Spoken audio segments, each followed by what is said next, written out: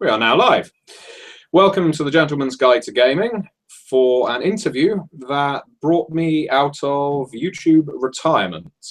I am here tonight in GMT with Mr. Eddy Webb, who is he is many things. He is the line developer for Vampire the Masquerade. He is the creator of Pugmire, the game that we're here today to talk about, the game that brought me out of YouTube retirement, because, like I pointed out in the initial video, very rare for me to get excited about a fantasy setting, but this one managed it.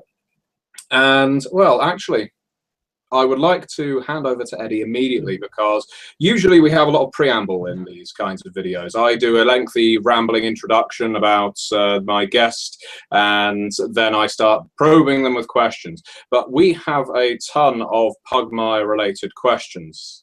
On my initial video, I stated, if you pose a question and put a hashtag Pugmire or plus Pugmire in the answer field or comment field, you would stand a chance of playing in a game of Pugmire run by me with Eddy as a player over Google Hangouts. And that has triggered, shall we say, a somewhat stampede of questions. So this interview is primarily going to be those questions. Means I get a very easy job. But before I start with that, Eddy, yes, just to introduce yourself to other people, please give me a brief synopsis of who are you, what do you do, and finally, and this is a crucial one, what got you into this hobby we call role-playing? Wow. Who am I? I've been a game designer professionally for 14 years. I've worked in the tabletop role-playing game industry.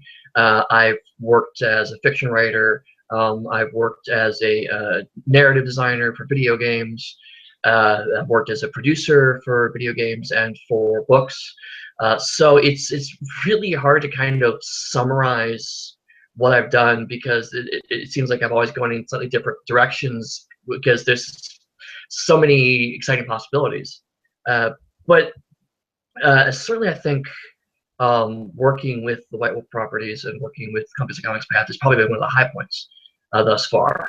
Getting a chance to work with very talented people working on properties, seminal properties like The World of Darkness, has been a huge part of my career, and certainly I'm always very thankful to that and to those properties for allowing me to be in the part of their sandbox. And that's actually kind of how I got started. Like many people my age in the mid-40s, I did get started on D&D Redbox, Frank Metzer's fantastic slice of Dungeons & Dragons in the early 80s. But I was one of the first people who picked up Vampire the Masquerade First Edition, because I thought it was something new and fresh. And I've been a fan of Vampire specifically and the World of Darkness as a whole ever since. I got involved in the live action scene.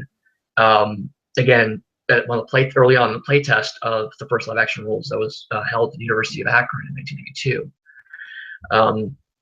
And so I've been heavily involved in LARP, in tabletop, for most of my life. And I just knew that this was something I really wanted to be a part of, that designing games, designing stories, working with people to do something amazing was something I always wanted to be a part of.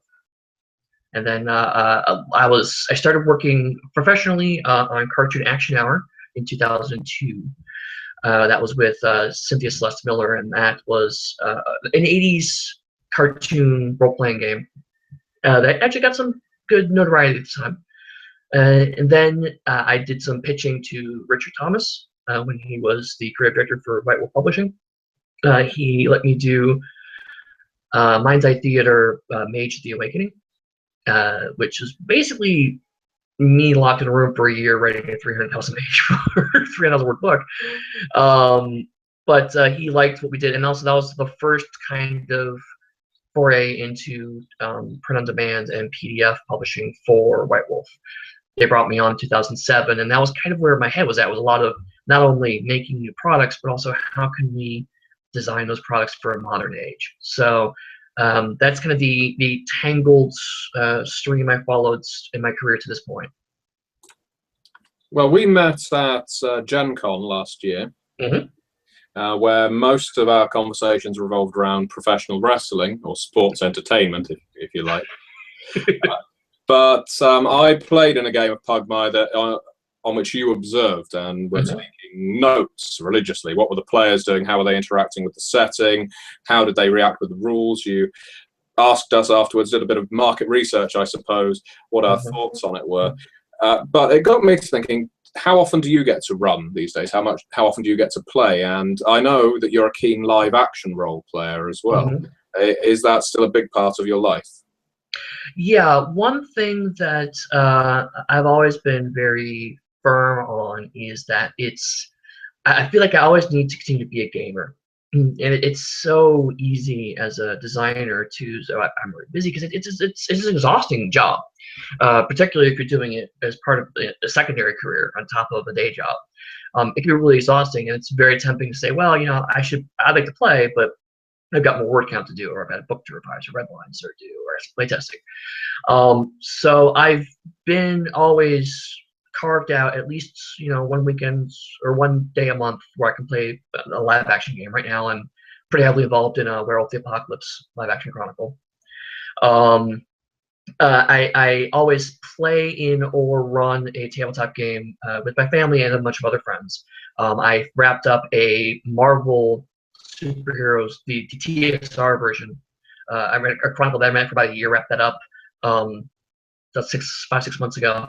And then my friends, David's now picking it up and he's running with it. So I'm playing in that. I'm also running my home game with Pugmire. It's actually nice because usually when I have my games out, it's for playtest purposes. I need to test the system, so some friends together and hammer on certain parts of the system. And I was like, well, I really wanted to, part of design for Pugmire was, this is the fantasy game I want to run. This is how I would run a fantasy game if I make it from scratch.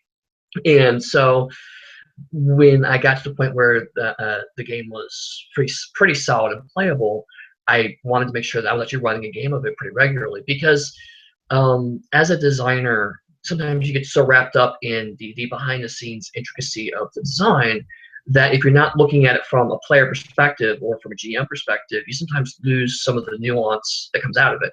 And by playing it and being immersed in your own work and other people's work, you pick up a lot of subtlety and just how you play at the table. I mean, perfect example is I have an initiative system that's different from traditional fantasy games, where basically you pick the next person to go. It's popcorn initiative. It's very evocative of like the Marvel superheroes version that Margaret Weis publications did. But it was kind of hard to track at the table, and on paper it was beautiful, but on the table I realized it's kind of hard to track, and so we started using playing cards to track the initiative, and that led to some other kind of add-on ideas and refinements of that system. But I don't think it would have come to that if I hadn't been playing it myself and running it myself. So it's something that I certainly tell game designers and writers whenever possible. It's like, if you're a writer, try to read as much as possible. When you're a game designer, try to play as much as possible. Playing games that you wouldn't normally play it for half an hour or rent it on Gamefly, something, you will pick up a lot more than just trying to watch YouTube videos or deconstruct postmortems. One thing to the audience at this point. Now, as I mentioned before, and in case you've just tuned in, because I see the viewer numbers are steadily rising, which is always a pleasant metric, I just want to say, if you have any questions that you wish to ask Eddy, then by all means post them in the comments on this video. If you're watching on YouTube rather than Google+, where I don't think you can actually do that.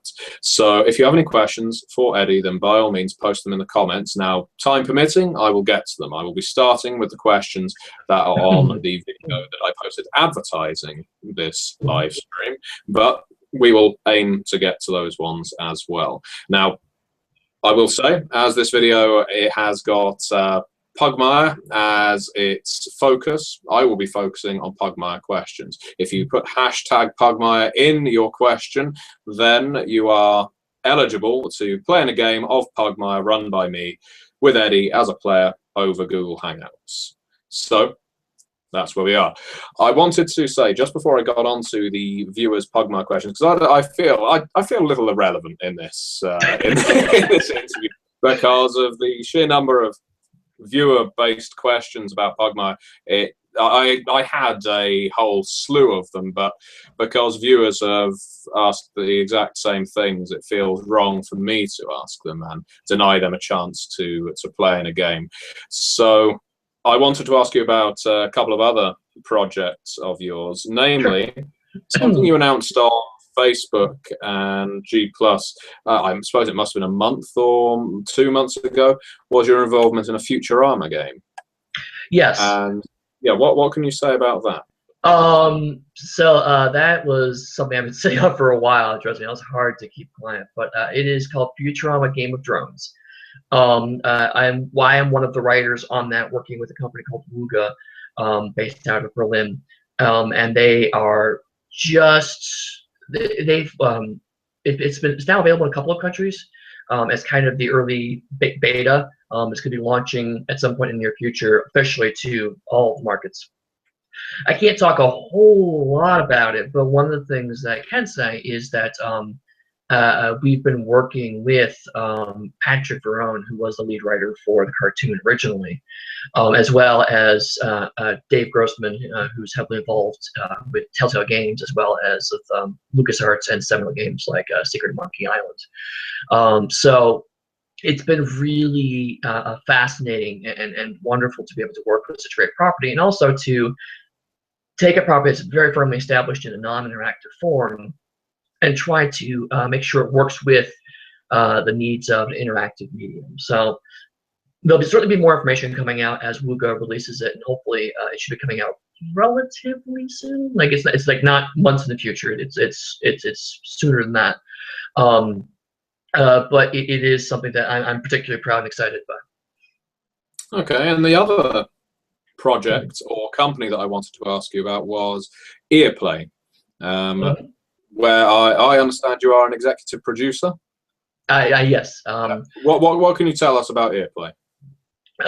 So Earplay is a company that's based around the idea of interactive audio drama. The company used to be called Reactive Studios, and a couple of years ago, they put together a great project called Codename Cygnus, which is still available on Android and iOS. And the idea is it was a spy drama where the game, you put in your headphones, the game gives you this great immersive spy audio drama, and then at certain key moments, you talk back to the game and use your voice to actually direct your character through the game. So, if you are at a poker game with the Russian arms dealer and he's blustering at you and you have a great hand, you can decide if you want to fold and be subtle and make it more confident, or you can say that you're going to be aggressive and double your bids to try to get him to make a mistake. And so based on that, we've been trying for a couple. I came on board with that company, which is headed by Jonathan Myers, who worked on Game of Thrones Ascent and the Indiana Jones Adventures. And I've worked with him and also the previously mentioned Dave Grossman to start getting this a company based around this whole concept of Earplay. And so we are still in the process of getting things kind of in movement and established. But one thing I will leak here as exclusive for your podcast is that there will be a Pugmire stretch goal involving Earplay in the near future. Ah, lovely. And well, on that subject, I understand Pugmire stretch goals is something that I've been reading a lot of and hearing a lot of over the past week or so, because onto the subject of Pugmire, the Kickstarter for which is currently running, and the link for which is in the description for this video. Hopefully it's working. If not, just type Pugmire Kickstarter into your chosen search engine and it will pop up. The game is going, well, great guns, as we say. It is tearing through the estimates for a game that is brand new. It has had, well, I don't want to diminish the marketing and advertising that you've done in advance. It has picked up its own groundswell. It doesn't appear, or at least it appears to be growing organically in fan base. I'm seeing it now promoted on Nerdist, on Geek and Sundry, on the arcade. It's a game that appears to have captivated a lot of people. So I'm quite pleased. I feel like I got in on the ground floor with this interview. Yeah. You not be a Pugmire hipster. Yeah. If I'd come to you yesterday, you would have said, "No way, this is too low grade for me." But the stretch goes. Pugmire itself, of course, Mm-hmm. for those who are unaware, is a tabletop role-playing game, and I will allow Eddie to give the elevator pitch. But before he does, the thing I want to emphasize is the sheer amount of goodies that are coming along with the game if you back it on Kickstarter at this point. You've got cards, you've got dice, you've got pins, you've got an audio book. Mm-hmm. What else is there now? And what else? We've already unlocked 6 short stories for the anthology. I actually have to check myself now because so much stuff's happened. I definitely know we have that. The pins, the exclusive T-shirt for Kickstarter backers. There was an introductory adventure that was going to be a separate PDF, but is now going to be part of the core rulebook. We're going to be making that introductory adventure. The maps and resources are going to be available as resources for Roll20, so we can use it online. And we're looking at upcoming things like even more fiction and adding more art, because we're reading so much great compliments about the art. So, without further ado, Eddie, tell us, what is Pugmire? So, Pugmire is a lighthearted fantasy game set in the ancient future. What I tell a lot of people is it's basically Lord of the Rings meets Planet of the Apes, but with dogs. It's far, far, far in the future of our world. Humanity is gone. Maybe they've disappeared, maybe they died out, maybe they've left for another planet. No one knows. But at some point in the past, various animals, particularly dogs, were uplifted. They were given the ability to stand upright, to have opposable thumbs, to speak, and to cognate at a higher level. And these dogs have decided they want to try to explore and reclaim the world that was left behind to them. So these dogs are adventurers, they're pioneers, they're explorers, as well as dealing with the politics and conflicts of the people that have all been left behind. So it is definitely very firmly in the genre of fantasy mold in terms of how it plays. There's magic, which these dogs actually believe are artifacts of man, but they treat them as if they're magical and sometimes holy artifacts. There are certainly monsters to fight. There are other species to have interactions with. But there's definitely an element of sci-fi to it. There's definitely an element of lightheartedness to it. It's not a silly game per se, but it's also certainly a game that does not take itself too seriously. One of the comments that actually one of the organizers of the live action roleplay Vampire that I played commented on Facebook when I said about backing this Kickstarter was that this game is a game that she could well see appealing to people of younger generations, children, and appealing to non-traditional role players. Shall we say? It's a genre, and it has an element, a key element. Let's be honest, the dogs that would draw people in. Now, tell me something of your love of our canine friends. Certainly, both dogs and cats have been a big part of my life. But over the past, it's been 6, 7, 8 years now, years. But pugs in particular have been a big part of our life. We've had at various times 4 of them. Right now we have currently 1, our old man named Murray. And they not only have the dogs themselves been very inspirational to me, but I've watched other people in their relationship with their dogs and their cats, and that has been hugely inspirational to me. The idea for Pugmire actually came from watching our dogs and how we interact with them. Speaking of which, hang on one second. The dog in question. This is Murray. Murray, say hi to the internet. Murray is way too high and does not like this too much. So we put him back down, but part of the idea for Pugmire came from, we were in the process of moving to a new house, and due to some conflicts, we ended up having to stay in apartments for a couple of weeks.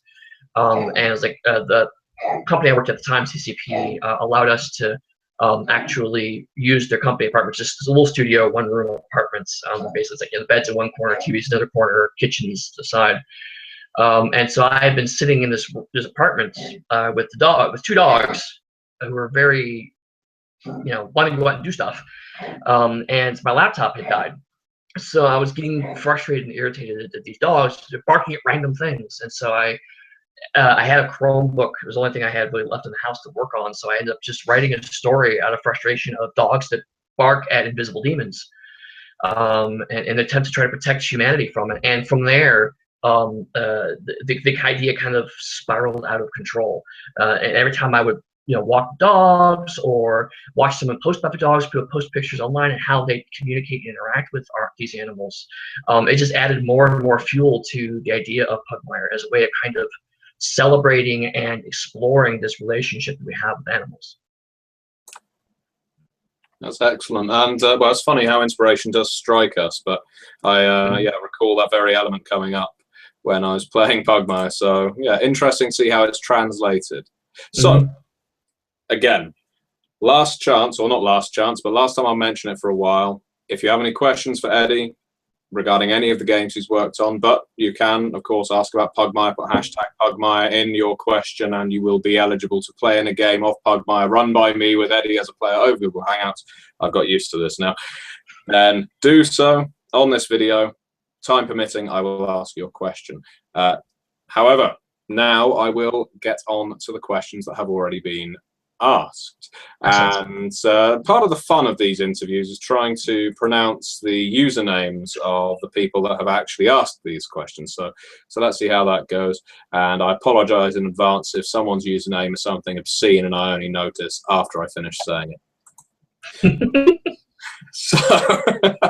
So to start, we have a question from Tone H8S U for Eddy. How are the creatures of Pugmire that have adapted magic human technology? How have they managed to adapt it into magic? Is much of it still a mystery to them?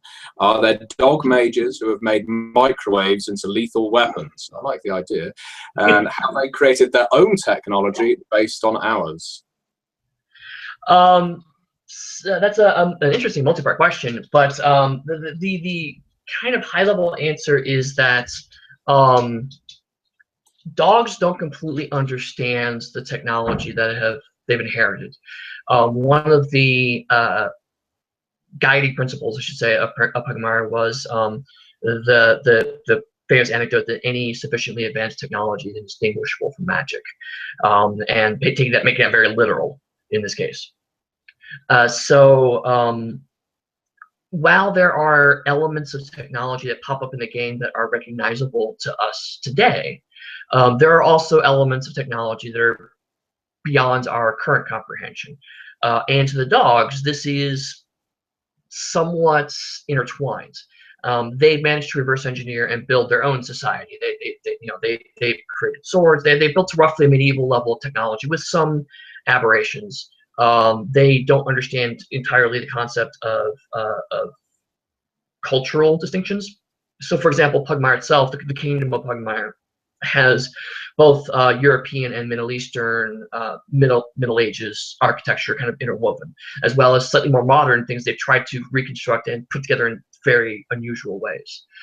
So it's a little bit of intentional oddness from our perspective, but to them it's completely seamless. This is the way that we have learned. Man has taught us how to make buildings, and how they taught us to use animals, how they taught us to craft weaponry, so on and so forth. So it's really more of a focus on a specific artifacts of man. Those are the ones that are the mysterious and strange. So the artisans, which are the mages of Pugmire, they have what's called a focus. All of them have a focus, which is an object that it doesn't appear to do anything, but as they study the spirits inside of the focus, that allows them to create and use spells. And so it's not I have learned how to do magic and I use it. Rather, the artist has figured out this is the button that allows me to shoot magic missiles. This is the button that allows me to identify what object that is. And so the actual spells come from the focus is much more kind of a magic wand feel, but really it's they're trying to understand this lost technology. So it's a lot of it is intentionally mysterious. Okay, BW Gustav asks, I'm curious on many of the trappings of the human world the dogs have adopted, i.e. are there dog hospitals, dog therapy centres, dog merchant guilds, etc.? There has been a fair bit of that, particularly because Pugmire as a kingdom has adopted what they call the Church of Man. And it is explicitly a religion that they worship man not as a specific collection of individuals, but rather as kind of a vague deific concept, and also that these gods that they worship are gone collectively. So they're ultimately praying to these lost gods for guidance and support. And so those dogs that emulate man the most are believed to be the closest to man. So there's a lot of societal pressure to try to adopt the trappings of man. There are some specific concepts that dogs have acquired, and also ways they have adopted what they believe to be the word of man actually not working out the ways we understand it culturally. So they end up, as a result, having their own unique culture, but it comes from the lens of this is what the old ones, this is what humanity has taught us. For example, they know that shepherds, which are those that are the most benevolent, or the most believed by man, the magic users, as it were, the clerics. They are the healers, so a lot of people bring their sick to the church rather than to a hospital because the shepherds have the faith of man to be able to heal people. It's more of a pragmatism. If they weren't able to deconstruct medical technology, they would potentially apply, but probably the shepherds would then take hold of it because they still feel as part of their territory, part of the things they're required to do. So it's this interesting blend of modern technology not being understood correctly through a dog lens, and then itself done through a medieval society lens. So it ends up being this interesting polyglot of a variety of influences. Stinky Butler asks, I know. These are the people that subscribe to my channel. We love you all. Yeah, it's lovely people who we want to pledge. Stinky Butler asks a rather sardonic question: which stat or skill do we use for playing fetch? In fact, before you answer that, one of the things, in fact, the rogue DM asks this subsequently, the characters that are played in the game being far more human-like in thinking,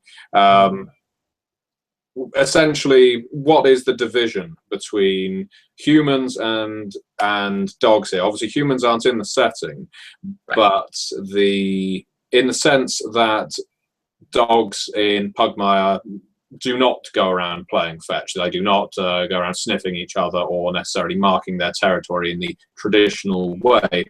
But could you describe that? Certainly. It's you're right in the fact that a lot of the dog behaviors that we have now, or we see now, are not necessarily emulated by the characters in the setting.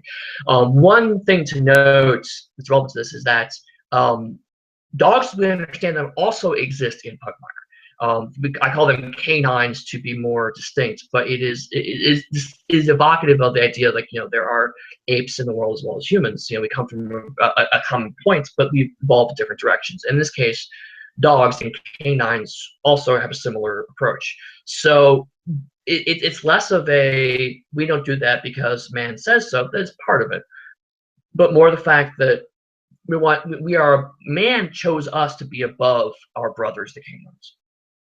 So we should act out of respect for that decision and that act. That said, certainly puppies, dog children, they play games and they enjoy a lot of things. But like the how dogs greet each other, for example, only particularly feral or very unsocialized dogs would sniff each other's butts in much the same way that a human who has been raised in society would have very animalistic approaches. So the more that the Church of Man says that good dogs shake hands, so dogs shake hands. That's what we've been taught by man and how we should greet each other. So there are some notes of this. There are some bits and elements. Like for example, dogs still use smell as a primary sense. So in certain dice rolls, at least when I run the game, I will give information across as smells as well as by sight or heat or sounds. Dogs also can run on all fours if they choose to and get a little bit more speed. So there are notes of this throughout the game that are intentional, but certainly it is meant to be that they are generally speaking more evocative of human behavior than they are of dog behavior. Lord Ugnok, who apparently smashed his foot against the wall out of joy when he saw I came back to YouTube, so thank you very much for that, Lord Ugnok. I don't request these sacrifices, but I do appreciate them. Asks, does each country have a dominant species? And if you use some of the behavior of the animal influences their government, for instance. So we know from the Kickstarter, I know, of the Kingdom of Mao. But again, could you explain the various kingdoms, various republics that you have detailed or have in mind so far? Certainly. The core answer is generally yes. Each species is generally dominant in a particular nation or country, although they're not ubiquitous. Certainly in the Kingdom of Pugmire for itself, for example, there are some cats. In fact, one of the characters in the setting that gets introduced in the Kickstarter is Darcy Cat, who is the valet to Alistair Afghan. There are also there's a cat quarter of Pugmire. So certainly there are other people, I should say, that intermix in terms of societally. But generally speaking, yes, the monarchies of Mao are where the cats live. Those are a collection of city-states that have banded together for their own reasons to present a relatively unified fronts to the other species of the world. And there's lots of intrigue and politics between the different city-states and even between different cats themselves. The various badger tribes, although there are lots of difference of badgers, ferrets, all those kinds of groups, but the collective known as the badger tribes, they're just now starting to unify under a alleged badger king, and they're much more nomadic. They travel around a lot more, so they have a nation more in the sense of we are a collective people rather than an actual geographic nation. The rats have their own area that we live in, although that's a little vaguely defined at the moment, but they generally try to coexist in other nations and other areas. They try to live either underground or just in the disused parts. They have not gotten around to building their own nation yet. There are other groups that people have suggested, and certainly they're back in my head, but really it's the dogs and the cats are the primary cultures that I'm focusing on for the first game. And then the other ones are meant for kind of notes of there are other things out there that you can explore. I've made a couple of vague references to lizards, for example, that live in the more arid parts of the world because none of the other people particularly want to live there. But I don't have a lot of detail on that yet. So there's definitely potential there that I'm thinking about, and it's become ideas, little bits lodged in my head, and I note them down. But certainly it is meant to be much like a fantasy game, generally based around species in terms of the dominant makeup. Phil Smith says this is a fascinating setting idea. He says it's been touched on by other kinds of fiction before, of course, in Jack Kirby's Kamandi comic and the Rock and Rule cartoon. Did either of these influence you in any way? And if not, any other works that influenced your thinking at the early stages? Actually, the first one I'm not familiar with. The second one I've heard of, but I'm not actually watched. So I can't say that either of them were influential. For me, the more influential ones were kind of two fronts. The first was actually the early Dungeons and Dragons and Gamma World setting. just because, particularly for Dungeons & Dragons, things like Expedition of Barrier Peaks. This is the late 70s, early 80s, where no one really knew what they were doing. It was kind of, this looks cool, let's put it in the game and see what happens. And it led for an element of intriguing quirkiness that I've always found fascinating. It doesn't always play well in terms of modern day sensibilities. My taste it's kind of random, but the idea that you could turn around a corner and something bizarre is there that we also kind of recognize but don't has always been intriguing to me. So Gamer World and that kind of the idea of a spaceship crashing and how that impacts the fantasy world. All those elements were one big chunk of my mindset for Pugmire. The other was certainly products like Mouse Guard, the Rats of Nim. There's a strong strain of serious approaching and almost entirely rat-based or mouse-based. Now I think about it, but graphic novels like Mouse, M-A-U-S. All of there's this history of using animals as a way of telling stories. Animal Farm, another one. So a lot of those kind of using talking animals as a way of telling a deep, serious story was a little more initially influential. And then when I started talking about Pugmire, like everyone in the world said, "Oh, it's Redwall." I'm like, WTF, Redwall? And so I had to go and find out about it. But having been watched a couple of seasons of the Redwall cartoon, absolutely yes, there's a lot of connectivity similar. So Redwall was not an initial influence, but it was a secondary influence after I started thinking about Pugmire. But also, I mean, there's been some really interesting stuff, and I actually have all the influences in the early access kit that anybody who backs the Kickstarter can download. But there's been a lot of interesting, much later level of influence. I think it was Garthinas did Red Rover Run, which is kind of a post-apocalyptic dog comic. And there's some other ones that have been floating around that are escaping me off the top of my head. But the idea of taking what has been traditionally a funny animal genre and telling serious stories inside of it. Certainly, I'm edging a little more towards lighthearted by design, in the sense that when you make a game about a schnauzer with a battle axe, there's a certain amount of humor that's going to come from that. And also, the people I game with, they're going to make jokes at the table anyway, so I figure let's give them an avenue so they can channel that humor into it, and it fits in the setting, but then still leave a lot of area open to tell more deeper and more compelling stories. Stinky Butler returns. He would like to know, are there things like social gatherings akin to dog poets, musicians? Do they go to canine operas, theatres, or even dog music halls? They do. Certainly, one of the things that I worked on pretty early on was the idea of the fact that dogs are social creatures. The initial theme for the game is companionship is salvation, and a lot of the game design is based around the fact that it absolutely encourages players to work in ways that are cooperative. It's very much meant to be a cooperative game, and so dogs are very social creatures, and as a result, there is kind of social gatherings that occur. I have not gone in detail about specifically the entertainment side of dog gatherings, but certainly I have done some thoughts, or I've been thinking about politics of it. When I talk about, like, say, the government structure, it's a neo-feudal society. It's not purely feudal. So there are noble houses, but how a dog is to be a noble house is through acquiring and protecting an artifact of man.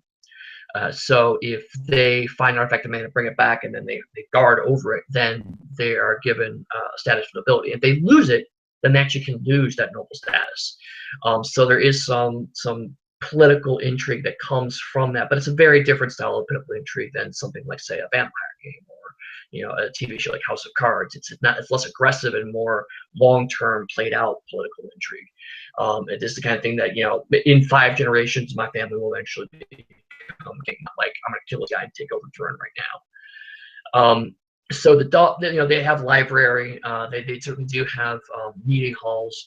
So dogs like to gather and they like to be social. Certainly, I've made allusions to dog pubs.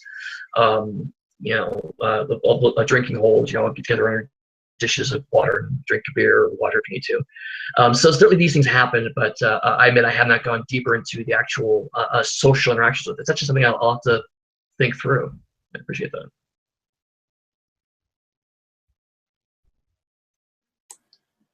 Usheen McColgan, and see, Usheen, I actually looked up how to pronounce your name. Well, one thing he's actually said is that he hopes that the play test that we do on this channel, which you can take part in if you pose a question with hashtag Pugmire in the comment, includes character creation. I don't know that it will, because, well, we'll probably just have one session, and usually it's best to show rather than tell, as it were. But we'll see. His questions, though: what is the core gameplay of Pugmire? Is it about adventuring, politicking, or something else? That's actually interesting. Because one of the things that I did when I worked on my is, like a lot of Onyx Path books, you have theme and mood at the beginning of the book. There's the theme of the book and the mood of the book. And one of the things I added was action, because I wanted to actually spell out that the core action of the game is exploration. I made some design decisions with the game, particularly to avoid some of the dissonance that occurs between fantasy fiction and fantasy gaming. For example, there's not a lot of incentive in a traditional fantasy rule set to avoid fighting, because that's where your experience points come from, and often where your money comes from, and you need your money to get better equipment so that you can go fight larger monsters to get more money and better equipment. This is a fantastic cycle. It's been well used by games like World of Warcraft, even games like Star Wars: The Old Republic. And for that style of gameplay, if you lean into it, and if you're making a world that's evocative of that, fantastic. That's not the game I want to make. So I've done things like I've gotten rid of an experience point table, and I've gotten rid of currency. Dogs have currency. They use plastic coins. They trade amongst themselves for currency, but I don't track it. When you make a character, you have things like you have a few plastic coins or many plastic coins, and as it becomes important to the story for a dog to have coins, you can say, "Do you have coins? Yes or no? Yes, you have coins. Great. You can bribe the guard. No, you don't have it. You don't have a lot of coins, so you can't really get what you want, because the acquisition of stuff is not as important to the game design. It is going out and finding these artifacts, these relics of man. Another component is, in a traditional fantasy game, when you find magic items, if there's a more powerful magic item, there's no reason to keep the less powerful magic item. Maybe you'll give it to them or the party, or you sell it. And again, that was at odds with the world as I envisioned it. So now magical items or artifacts, if you hold on to them and use them as your dog, as you go up in level, you can choose to actually make your artifact more powerful. You can give it improvements, and so your +1 sword now catches on fire and does fire damage, or your armor allows you to protect you from radiant damage, or it gives you additional +1 to your armor.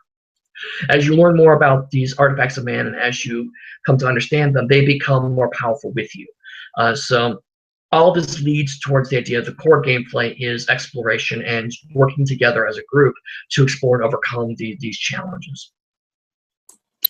Oshin, I'm changing the pronunciation of his name slightly now, has asked, does Pugmire use its own rule system, or will it be using a shared system by other games? It is, the short answer, it is using a heavily modified variation of Dungeons & Dragons 5th edition. The slightly longer answer is that because the 5th edition license was not out by the time I was working on Pugmire, I actually am doing it through the original 3.5 license, to be on 5th edition. But there's a couple of reasons for this. We actually did talk about doing something like Story Path, which is the White Wolf / Onyx Path house rules. But I wanted something that was specifically evocative of traditional fantasy gaming, because part of the subtle feel I'm going for with Pugmire is that of nostalgia. These dogs have a longing nostalgia for what they've lost. They've lost their friends in mankind, and they're trying to replicate that in any way they can. It is a sense of elegia, or even just a pervading sense of guilt and loss. But part of that comes from loss of the comfortable. So I wanted to have a rule system that was comfortable but different to players. A lot of people, I anticipate picking this up, are people who are either experienced role players or have heard Dungeons & Dragons. And so being able to say, okay, I've heard that use D20. And I hear all these jokes and memes about, you know, natural 20 and natural 1 and blah, blah, blah. And so all of these kind of bits and pieces of gaming culture that people pick up, plus through their own lives, having past experience potentially with Dungeons and Dragons, coalesces into Pugmire in a sense that you almost familiar, but there's also some bits that don't work separately. And there's also that sense of familiarity but difference that is very important to Pugmire as a setting. So there are other financial and strategic reasons why a variation on Dungeons & Dragons 5th edition made a lot of sense, but really at the end of the day, I felt it was important because I wanted to have that strong resonance of the player reaction to the to the rules should be at least akin to the character's reaction to the role they're exploring. Excellent. Now, Ossian has actually asked another question. I didn't put a cap on the number of questions people should ask. So, and this one is actually a good one. It's also a good one, rather. Pugmire is described as a fantasy game, but what we've been told almost sounds like a post-apocalyptic or science fantasy setting. Will the game include elements of these, or is the intention to stick to the classic fantasy genre? I feel like it depends on what you define by genre to a certain extent, without getting too kind of high level and precious about it. If you're talking about genre trappings, then no, it does not have the genre trappings of fantasy. The magic is pretty explicitly technology. This is set far in the future of our world. It's not a completely different planet. But I do feel like the setting and structure and feel of the game is very, very firmly in fantasy gaming and genre fantasy.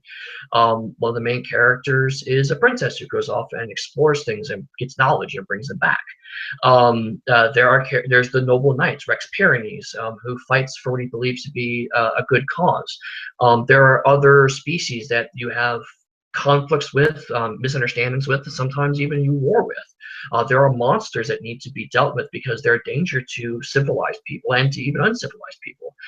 These are all elements of fantasy that are important to how we understand specifically genre fantasy structures, and it absolutely references that. What it doesn't do is it doesn't take on all the trappings along with it. So it's a blend of science fiction, fantasy, but in terms of how it's being presented, how it's run, and how I perceive it, it's very much a fantasy world, and I believe it's still firmly in that area. Interestingly, Oshin has actually sent a message whilst this has been going on, and while you were answering, I was listening, I assure you. While you were answering, he messaged to say that it appears that chat cannot be, well, it's disabled on the live video, which is a shame. I have tried tinkering with that via Google+, and it appears that whenever I try to do that, I get an oops, there's been an error screen from YouTube. So we'll be relying entirely on the comments on the existing video and blaming Google for all of the world's ills. Yes, damn you. What I can say is, if you are watching this and if you do have a question for Eddy, second place you can ask them.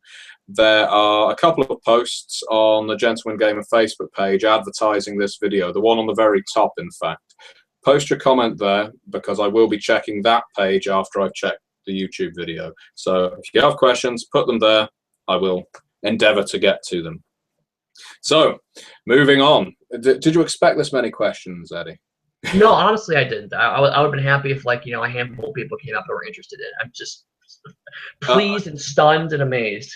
I think it's worth noting again the well, not just these questions, of course, the Kickstarter itself, which is ongoing. It's very much indicative of the amount of support this game has just picked up, this groundswell that has supported Pugmire. It's amazing, and it's heartening to see in this era where, well, in fact, it happens in every era, but there's always people decrying the death of RPGs or the death of new RPGs, the idea that new properties can't come out and be successful.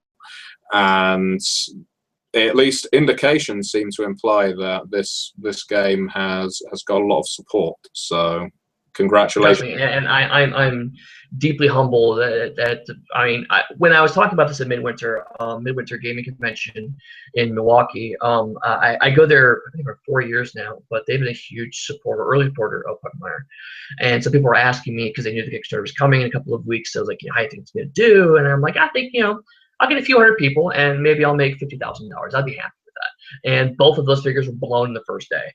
And the fact that I keep saying, well, how about this, and how about this, and how about this, and certainly just so many people are coming forward, and a lot of them are, let me allude to, they're non-traditional gamers. A lot of women are very interested in this. A lot of people of color have expressed interest in this.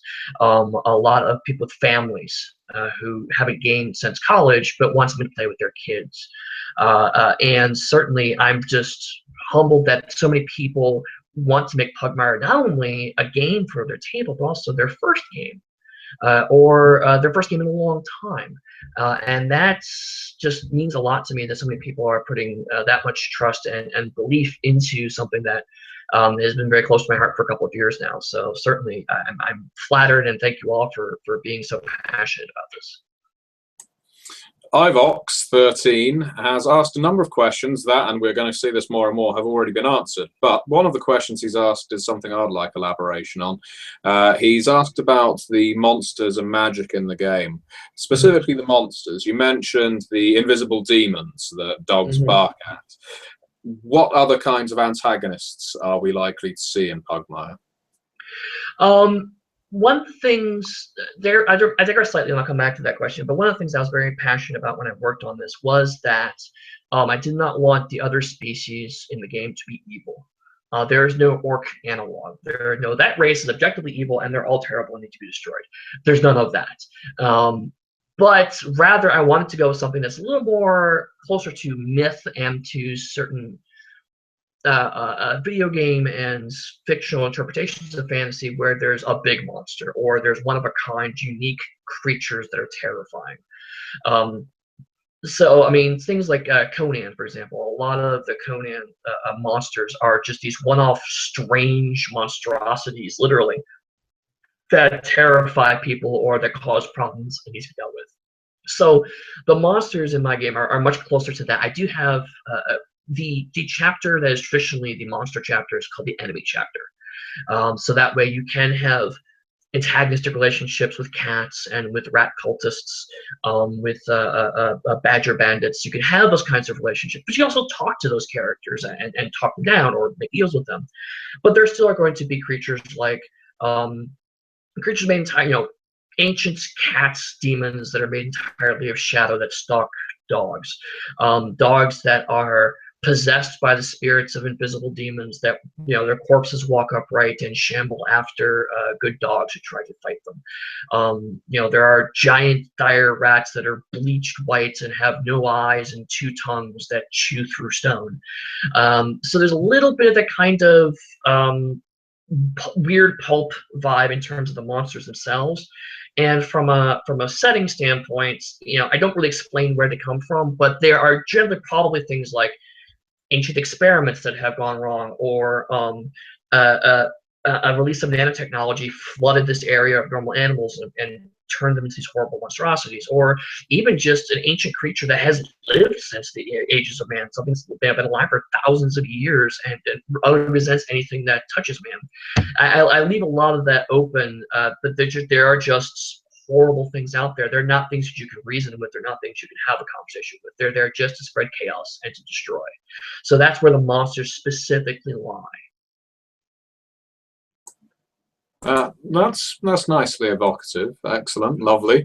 And well, speaking on cats, something that Oshin also asked is, will there be support for playing the cats? Not in the core book. I've got this a lot, and one of the things that I mentioned earlier was that I rewrote the rules specifically to kind of evoke this companionship style of play, which I think is very important to dogs.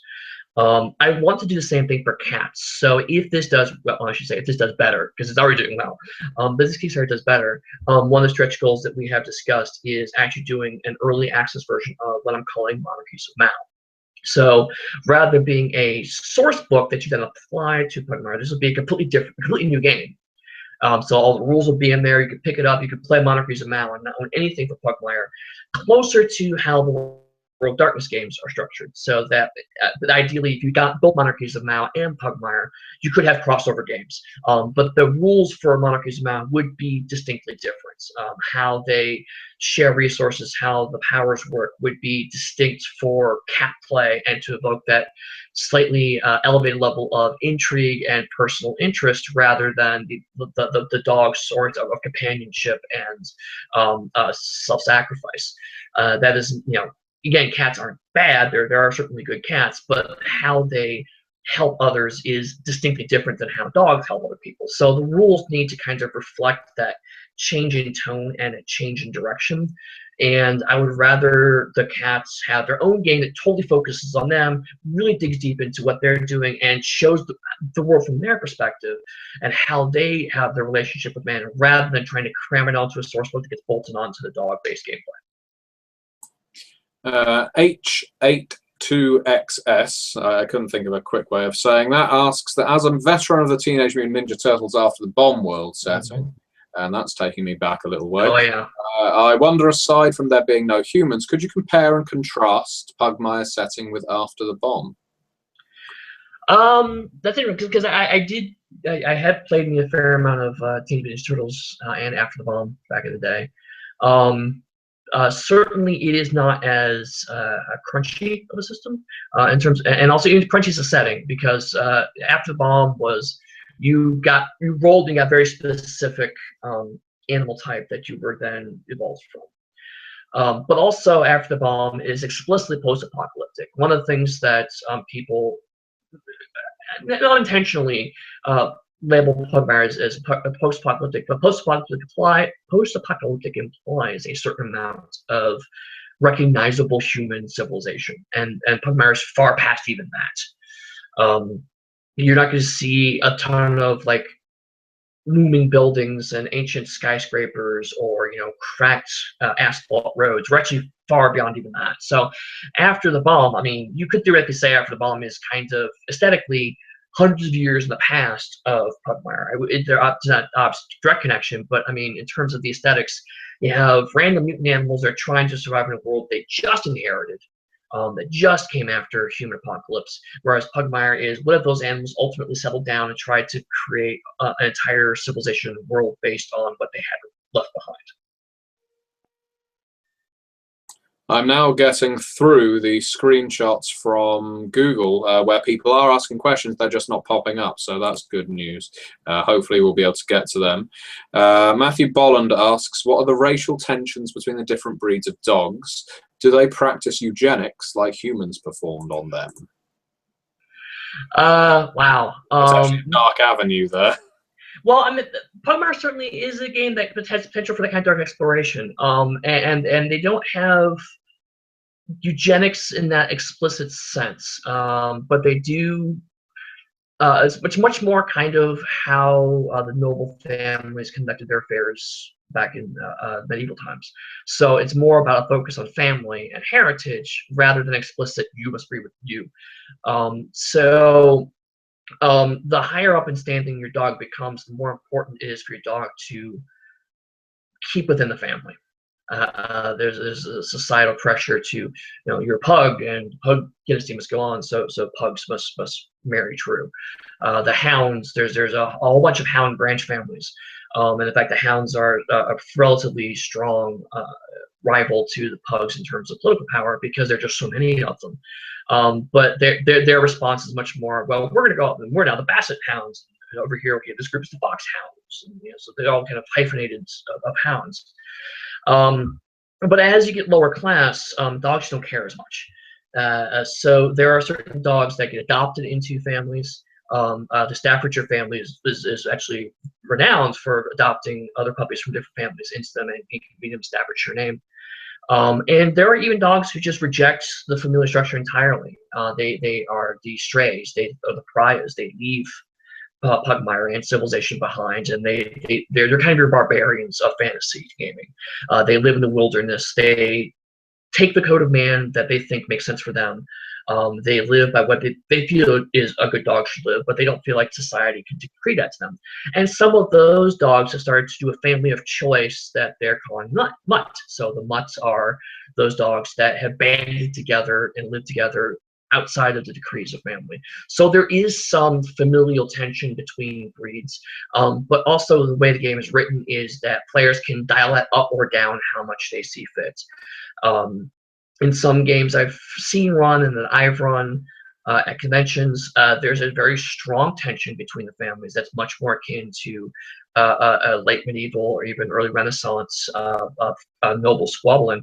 And other games, it's just a fun moniker to put onto the end of someone's name, and they play it much more like, I'm the elf and you're the dwarf and he's the half orc and we're all banding together. So I mean, how much of that matters to your group really depends on the game. But the default setting is that there is some amount of tension, but it is largely in the background, and you only start to see it when you get further up into the courtly echelons of Pugmire.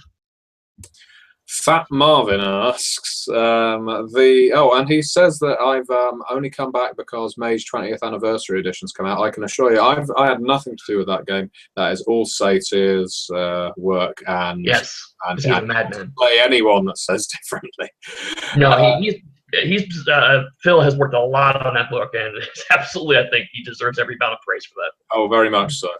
Fat Marvin asks, and it's more of a hope than a question, but he wants to know: will Pugmire have an established story arc like White Wolf's Orpheus, or will it have a typical open world, do whatever approach like most role-playing games? I'm kind of splitting the difference in the fact that the game, as I present it, purely about the role-playing game, it's going to have an implicit setting, but not an implicit plot. There's the unseen are positioned as kind of a primary antagonist to both cat and the dog cultures, but there's nothing really necessarily happening. But the fiction, some of the stories we're talking about, some of the potential stretch goals we're talking about, those are going to be all part of an ongoing story. I actually have a narrative map for different products and how they can fit in. So the idea is that any kind of fiction components that come out of it will fit into this map that will tell an overarching story, and that people can adapt to that as they see fit. So I think that the role-playing game, I want this much more modular, and certainly there'll be certain, if we do more adventures, which we're talking about doing, if we do more adventures for Pugmire, there may be notes of that overall story in there, and maybe even something like a sidebar that says, here's how to tie into the bigger story if you want that. But one of the lessons I've learned from having worked on Classic World Darkness was that too much meta plot can actually constrain creativity as opposed to encouraging it. And so I wanted something that encouraged it. But at the same time, I've also heard criticisms that games like now Chronicles of Darkness, that because they initially did not have any kind of overarching plot, people felt a little too aimless. So I'm trying to find the balance of that, and I think the best way to balance it out probably is to have the fiction to tell a strong story that people can be inspired by and bring what they think is cool into their games, but allow the game to be relatively open so people can explore Pugmire on their own terms. Type and Key, who wins 2 points here, but for having Groucho Marx in his avatar and probably writing the most nicely worded question. It's quite a long one. I've been told that fictional settings for stories and games go through many different iterations before reaching the final stage, sometimes even developing from an idea that the author had since childhood and consistently went back to think about through their life. The setting of Pugmire is very detailed, and pets and animals are something many people are close to. Now the question, is Pugmire a setting that you've had an idea for and wanted to do for a long time? And if so, were there any points where it would have been radically different than it turned out now? That's actually a really good question, because the answer is yes and no. I know that's frustrating, but yes, in the fact that as someone who's been playing role-playing games for many decades, I've always been a little jealous of the people who are like, I have this elaborate fantasy world with all these notebooks of information, and I can tell you 20 years of gaming history. And it's like, I am lucky if I can get a group together for 6 months. And usually we're, now we're going to play Vampire, and now we're going to play Chill, now we're going to play Transformers. What? I mean, so my groups are always like trying new thing. And I think it's great for a different perspective. But there's a part of me that's always like, I always wanted to have that deep fantasy world I could really dig into. And other people's worlds never did that for me. So a lot of when I started writing Pugmire was, I like the feel of those deeply evocative worlds, but I also hate, here, have to read 100 pages of history before you can make your character. I don't like those super dense fantasy worlds, especially for relatively light gaming. So I tend to go back to games like Vampire and Werewolf, because either I know that mythology, or because it's modern day, it's easier to kind of get into it. So a lot of the depth of the world has really only come out in the past couple of years. It's not something I've been sitting on wanting the world to see. But that being said, I feel like a lot of the underpinnings of the decisions I made, a lot of the ways that I presented the setting, are based on decades of small components that I've always wanted to do.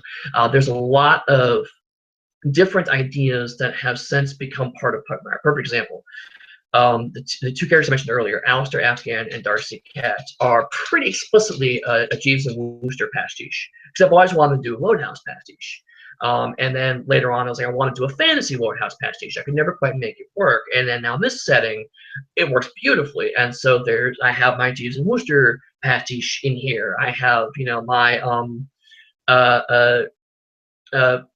Blankmar pastiche, with two other characters. I have, my pretty straightforward dungeon crawling ideas are now in here. So there's a lot of bits and pieces of ideas never quite formed that are now fitting really well into this world.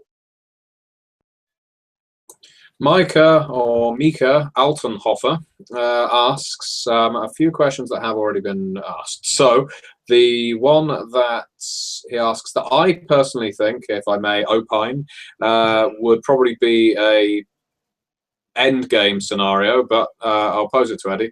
If humans suddenly return to the setting of Pugmire, what effect would that have on the setting? I don't know, because I don't think I would ever have that happen. One of the key designs of this game, or I should say this world, actually, because it's really more of a world consideration, is that man is a myth, and how dogs handle that, because it's really how people handle that. There's a lot of our culture and our society, both religion and other components, that are based on our vague understandings of things that happened before. And to come back with absolute proof that it was not that way wrecks a lot of that belief in that faith. And so part of the core of this world is, what do you, when evidence comes in conflict with your faith, there's a certain amount of tension. But if it's explicitly you're objectively wrong, there stops being tension. You're just wrong. You're dumb for having faith. This is a problem I have with some kinds of horror backgrounds, where it's like, you believe in God, but you get no power from it, and I know as a player that God has been dead, so you're stupid for believing in God, because we have this objective knowledge that this is true. So if I come in and say humans come in and now humans are here, then the house of cards, in terms of the stuff I find interesting, falls apart. So I would never probably explore that concept, but I know some people have talked about that, like, they find it fascinating, the dogs to find, like, an ancient man in cryogenics and awakening him, and finding out what world was like and how that shatters their beliefs. Some people could find that potentially very interesting, and certainly I think that would cause a lot of conflicts for all the different species, because for the dogs, many of them would want to be immediately subservient to the man or the woman, the human, I should say. The cats would feel like they should immediately gain ownership of the human, because that's what the cat, it's our job to own humans. And there are other elements that would, not care or have very violent reaction to that. So it would definitely put into upheaval, and maybe potentially for exploration of a different slice of the world. Like if I were to decouple Pugmire to, okay, here's 1,000 years after Pugmire, and then exploring that post-apocalyptics, if you will. Maybe it's something I'll explore. It's a completely different slice of the world. But in terms of the setting I'm presenting, I really do want it to be what these dogs are trying to believe really happened, rather than telling them if they're wrong or they're right. I think it really says something for the setting that people are asking questions about, well, essentially how to expand it already. You Yes. know, that they're already asking about tangents. So the number of people I've seen asking questions about cats specifically, I don't think that's anyone knocking dogs. Otherwise, they wouldn't be there in the first place. But it's yeah, it's quite amazing. And that's one of the things that I'm really liking. The reason why I like working on this is because it has like you thought really the feel of a deep fantasy setting. But right, people can hear just a small snippet of the backstory, and they immediately their minds start working and they start injecting their own thoughts into it. And I want to kind of continue to encourage that, which is why I'm reticent to put big developments in there because I don't want to have. Over time, eventually there will be a canon, and there will be details that I will lock in, and people will have a wrong opinion of. That's just the nature of any kind of intellectual property. But as much as possible, especially for the game side, I want people to be able to say, you know, I'm playing Weimaraner, and the Weimaraners all do this, and to not be told, ejected that they're wrong for thinking that. Because you're right, so many people seem to be able to grab this. It's like, oh, okay, so I can play my dog, and my dog would be a rogue, and she would do this, and she would fight this kind of monster, and then they start making up fanfic for their own animals, just on like a very short pitch. I think that's wonderful, and I want to encourage that as much as possible. City UK 101 asks, what experiences do you hope for players to get when playing a game of Pugmire? And how have you set up the core rules to help facilitate that experience? I want them to, my first response is I'll say that I want them to have fun, but that is a terrible answer because, of course, it's a game. You want to have fun. But what I want out of the game is I want people to have the option for serious storytelling in a fun environment.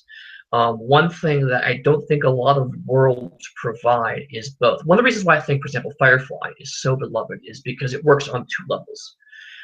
Firefly is ultimately a fun space western, and you do quippy, fun things as your fun space cowboys and doing awesome space stuff.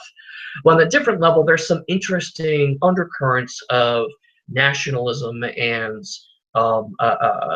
rights and how people choose to live that occur at the bottom levels of the series that people can dig into if they desire.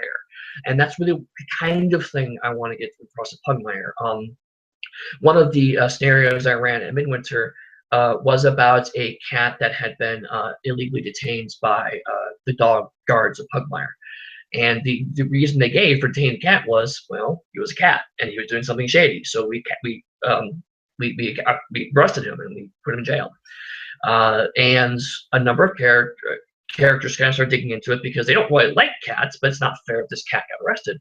And at the end of the session, one of the players came to me and was like, that really came about racial profiling, was it? And it's like, yes, it absolutely was. And if you wanted to dig into that idea of this is basically an allegory for racial profiling, people can have that experience if they want to.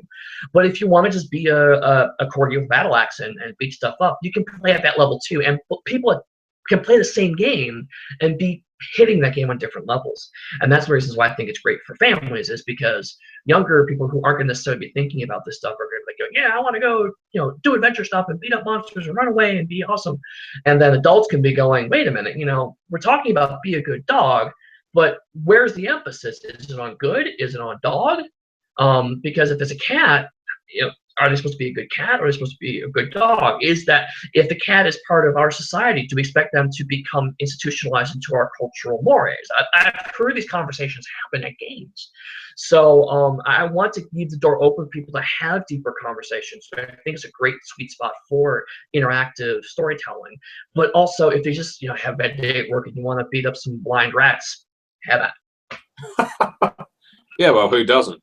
Right, exactly. I don't need a game for that. Okay, so there's some questions now that have either been covered or I may well choose to skip in favor of other ones. That doesn't mean your question isn't good. It does mean, however, that I will be begging and pleading with Eddy after this video that if he ever, in his very busy schedule, finds a spare 10-15 minutes, he might go through the comments on the initial questioning video and reply to some of them with his opinion pieces. But we'll leave that up to the man himself. We'll see what we can do. Yeah. John Burke has asked, what is the strong association between animals and certain human anthropomorphic traits that drew you to use them as your characters in the setting, i.e. the manipulative cat, the greedy pig, the loyal dog? Did you see them as strangely analogous to the standard fantasy party staples? Yes, that certainly was a big part of it. I had part of this started from just looking at my own animals and being a gamer nerd, assigning gaming language to them. Um, a very early stage of this, I had been playing blanking on the name of this Google game where you travel around and you go to certain locations physically and you push your mobile device and it gives you points for being in a particular location. Ingress, as the name of it. And when I watch my dogs trying to find that perfect spot to go to the bathroom, I feel like, oh, they're playing dog ingress. They're trying to find the right spot, maximum amount of points. So some of it was mapping game language onto animal behavior. That is a very damning indictment of Ingress. But... yes, Ingress, basically. It's just like your dog pooping. Thanks, Google. But I mean, part of it also was subverting that, because I've also heard, like, I have this cat that acts just like a dog. And we say stuff like that so often, and it's like, oh yeah, of course, I have this cat, but he's lovable and he's friendly. He's just like a dog, and he snuggles with me. But at the same time, think about it. It's like, you can't say that about people. You couldn't say that about a person. That would be horrible. And so when you make animals into people, it becomes an interesting tension. It becomes an interesting flow. So it's like, yes, the dogs believe all cats are manipulative. The cats, however, have a very strong culture of face and honor. So their manipulations are actually just the manifestation to outsiders of what happens when you have a strong culture of face and personal honor, and how it intersects with a culture that's much more about an intuitive sense of goodness and morality. Dogs going to cross as naive and stupid, cats going to cross manipulative. So it's taking these character traits that we've assigned to animals and then go, okay, how would a culture evolve to the point where that trait would look like that to an outsider? Dog loyalty. It's like, well, yes, dogs are loyal, but you get to Pugmire politics, they're not blindly loyal. But they have this code that encourages them to be good dogs, and loyalty is a component of that code. So how much of that loyalty is driven by society and culture, and how much of that loyalty is inherent? Same with cats. It's like, cats are very much about becoming the best cat they can be, and trying to get as far into their society as they can, because they believe that they are right, and they try to get this benevolent view of the world across.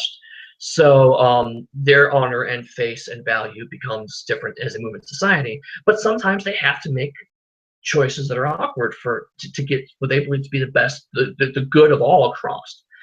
So to an outsider, they appear to be manipulative and scheming. So it certainly is some of that of the affectations we put on anthropomorphized animals and exploring those, but also to subvert them and go, why did we get to this stage? Why are those terms actually there? I would like to say right now to the viewers who are watching, I see that there is a number of you, a good number of you. This game is on Kickstarter right now. If you haven't backed it already, then do give it some serious thought. For a role-playing game on Kickstarter as well, it's a very reasonable cost to get a hard copy. Mm-hmm. So check it out either during this interview or afterwards.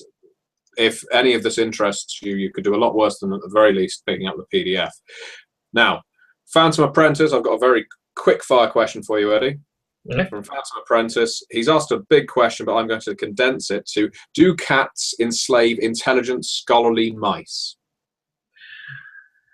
Yes, kind of. It's not your rapid fire, but there is the mice and the rats are one society, and there's a faction of the rats known as the white mice.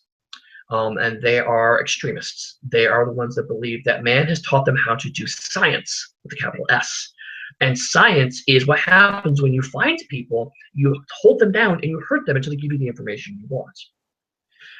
So there's certainly the cats have they have an ideological conflict with this and the rest of the rats are like, no, we're not with them, but because they look like all the other rats and mice, they're not distinguishable.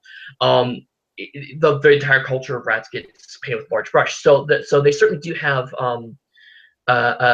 There are mice scientists that are perhaps in some kind of nefarious cat areas where they're doing science for what they believe to be the benefit of the monarchies, even though it's probably not good and certainly not ethical. Cody Jefferson asked a whole host of good questions. You've answered the majority of them either directly or indirectly. So the one I will ask is, how will dog breed be handled? Will there be a list of playable breeds with rules to work outside that list, or will it be completely freeform? And will breed have any impact on mechanics? It's closer to freeform than not. There's just no way I could possibly do all the breeds. And at a very, very early stage, I thought of something akin to the first part, which is, here's a bunch of breeds, make up your own.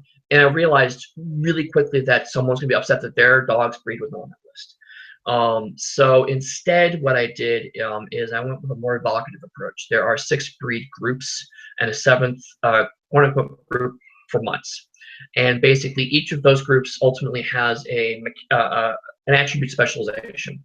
So the workers are the breeds that are strong, and they have components that reinforce their strength. The runners are the breeds that focus on running and dexterity. The companions are the breeds that focus on charisma.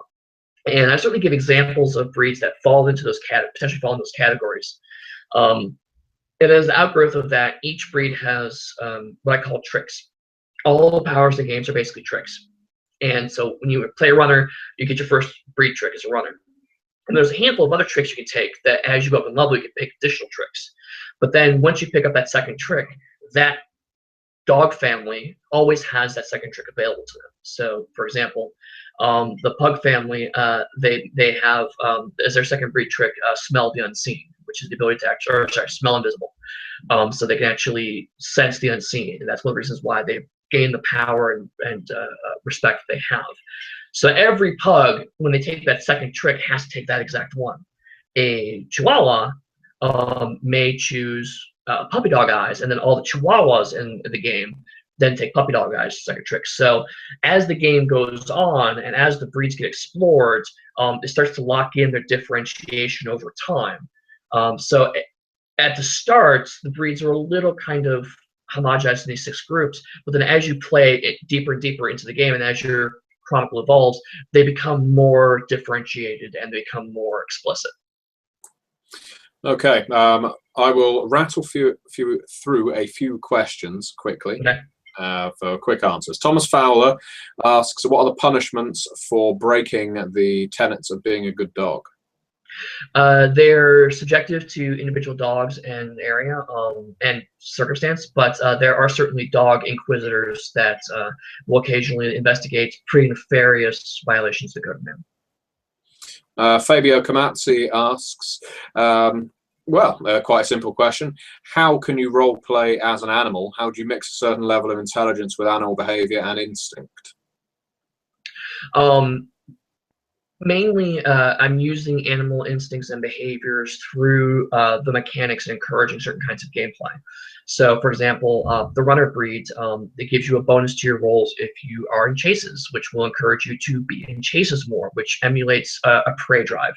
So, by giving you bonuses for doing certain things, the idea is that will emulate certain kinds of animalistic behavior. Matthew B asks, is there an equivalent to the 7 deadly sins in the Code of Man, and is there an afterlife in the code? I have not talked about explicit sins because the dog route, it comes for more of the want to reward things that are good rather than telling you which things are wrong. Individual dogs may have specific sins that they find horrible, but there's no codified list of sins. As far as the afterlife, I have not gone into explicit detail about that. I have joked that the afterlife is collectively called the farm. And everyone goes to the farm when they die. But I don't know if that's going to be actually in the setting or not. That's something I still have to dig into. Okay, Christopher May asks, do the animals revert to secret languages, guttural intonations, and squeals to hide their intentions or to make bargaining a bit more interesting so that a double cross isn't seen coming? They don't devolve, but certainly each culture has their own language. Cats and dogs have distinct languages. And in fact, there's a skill called No Culture, which specifically is you can roll to see if you understand about this other culture outside of your own. So cats certainly do have their own language. And inside of that, cats specifically probably have house-specific languages. And then on top of that, they probably have codes and ciphers as well because of their nature of their culture. Okay, we've got some more quick-fire questions. Rufus DeMann asks, who's a good boy? You are a good boy. You're not tired of answering that yet? No, not at all, actually. Joseph McKeever asks, it's a long-winded one, but to cut it down, on the Onyx Path website it was remarked Pugmire would not include Wolves as a playable option because of White Wolf and Onyx Path having multiple games, including Wolves. Could you expand on that point? I feel like just back a little bit.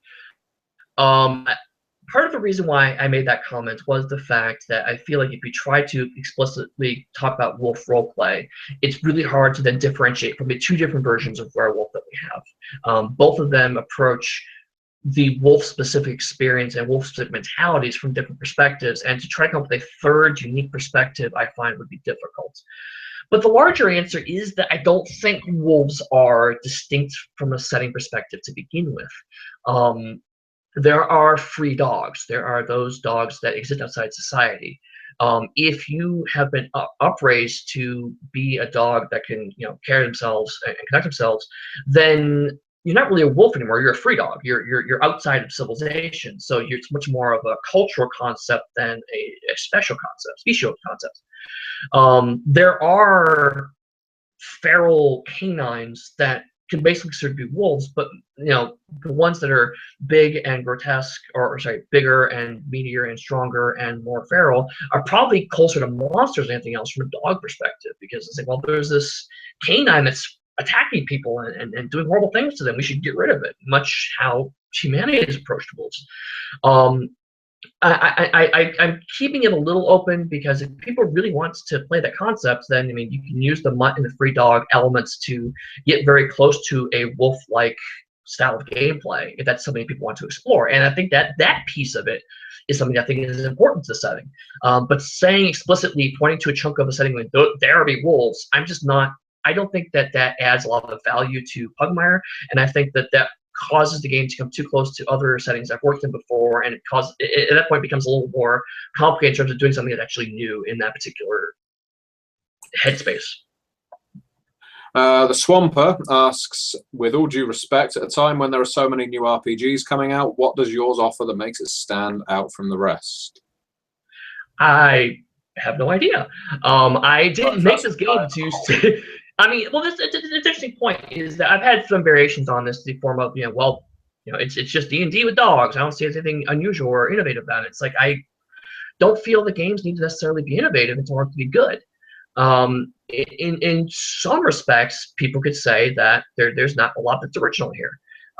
It's like Redwall, it's like D&D, it's like this, it's like that, and all of those points are perfectly valid. But at the flip side, there's been nothing like this specifically in the RPG industry for 40 years. There have been games close to it, like Iron Claw and the like. There have been anthropomorphic fantasy games, like the Mouse Guard role-playing games, certainly. But there's not been a lot of them. And there certainly hasn't been anything done that I've worked on.